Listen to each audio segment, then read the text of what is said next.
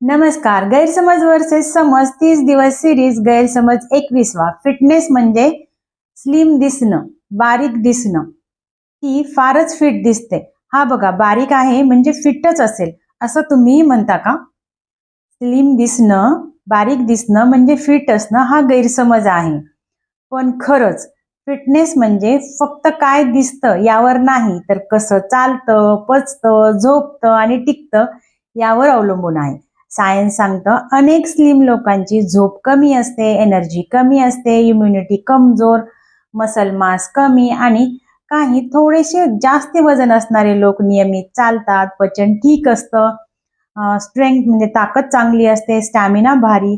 म्हणजे काय? Fitness is equal to चांगली झोप, सवयीतील ऍक्टिव्हिटी, बॅलन्स आहार, इमोशनल हँडलिंग आणि कन्सिस्टंट एनर्जी. स्लिम दिसणं हे साईड इफेक्ट असू शकतं, पण गोल मात्र नाही. फिट दिसण्यासाठी नाही, तर फिट होण्यासाठी काम करा.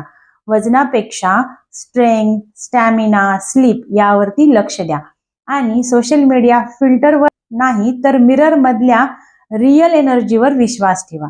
स्लिम दिसणं सोपं आहे, पण खरं फिट असणं खरंच ती शक्ती आहे. स्लिम म्हणजे फिट हा गैरसमज तुमचा दूर झाला असेलच.